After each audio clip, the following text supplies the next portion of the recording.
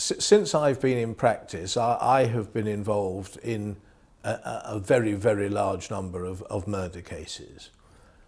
Broadly, they fall into two categories. Some are what we might call domestic murders, family murders, where there's a problem in a family and one member of the family is alleged to have killed another.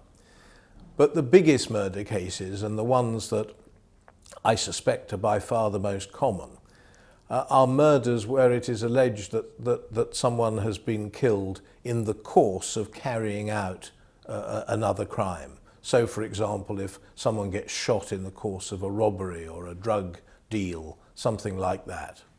Those are the largest number of big cases in murder that I come across on a regular basis. The difficulty with a lot of those is this. These are normally multi-handed cases. In other words, you get many defendants. And the problem is not so much knowing what the prosecution are going to say. The problem is knowing what the co-defendants are going to say. Because very often, that's the enemy that you really face. It's the co-defendants blaming each other rather than the prosecution case that you can immediately appreciate and try and work your way around. And the difficulty in law on these topics is this.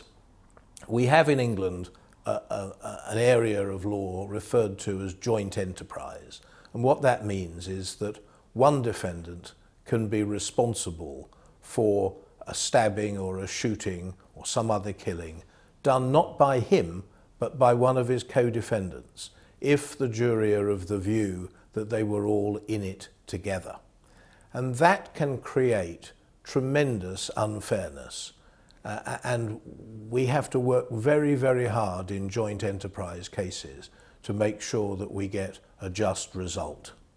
The secret is to be really on top of the law. There are very many cases decided on this. It's a complicated area. And to be able to persuade the trial judge at the end of the prosecution case that really the case should go no further against your client because of the danger of an unfair conviction, because really the evidence is against somebody else and your client has been brought into it because he was there at the time but didn't necessarily have the same intention as the man who pulled the trigger or stabbed the victim. That's the real difficulty in these big murder cases these days. The other thing is to be on top of the scientific evidence. The science in murder investigations over the years has changed so much since I've been in practice. When I started, it was more or less fingerprints and nothing else.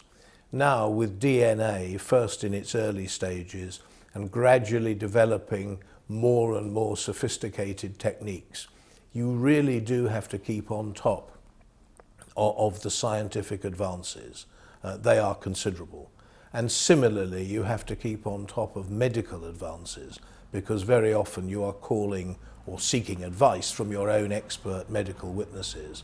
And you have to be able to understand what they can say and whether it's wise to call them as witnesses or not.